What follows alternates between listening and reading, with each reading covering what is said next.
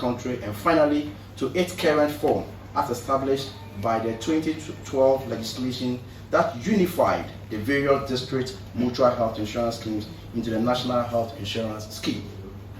The mandate of the National Health Insurance Scheme has also changed over the years from the 2003 financing of basic health care services to persons resident in the country to the 2012 objective of providing universal health insurance coverage for all residents and persons on a visit to the country.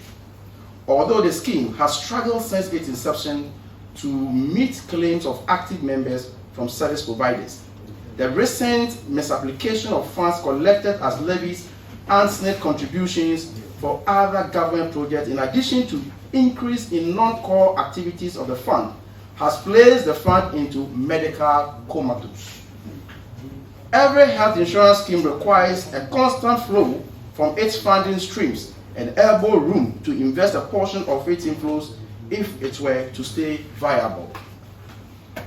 Whilst meeting its mandate, we will demonstrate to you that the actions of this government are undermining the crucial objective.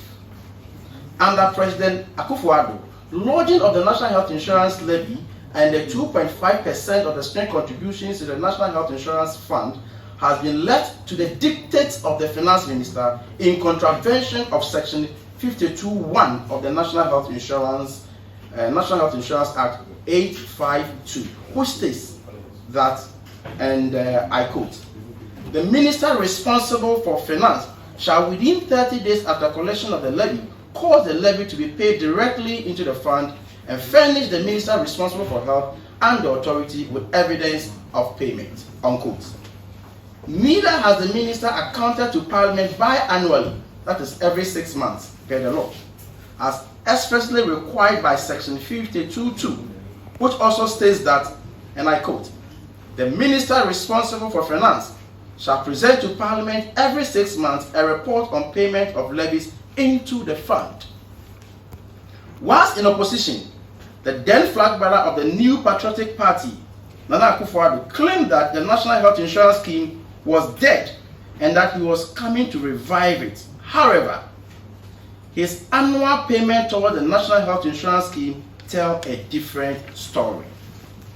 A study of the National Health Insurance Fund allocation formula for 2022 shows that of the 2.056 billion collected from Ghanaians as National Health Insurance Levy in 2021, only 127.4 million Ghana cedis, or 6% of the total collected, was released by this government to address the obligations of the year. Is that not surprising that the providers of services under the scheme, that is the hospitals, pharmacies, laboratories, etc., are often outraged, claiming arrears in reimbursements? This, however, not unique to 2021. In 2020, out of the 2.335 billion Ghanaians paid as National Health Insurance Levy and SNP contributions for the fund, only 790.29 million, or 31%, was released to address claims for the year 2020. 2019 figures were 721.09 million out of 1.262, or 57%.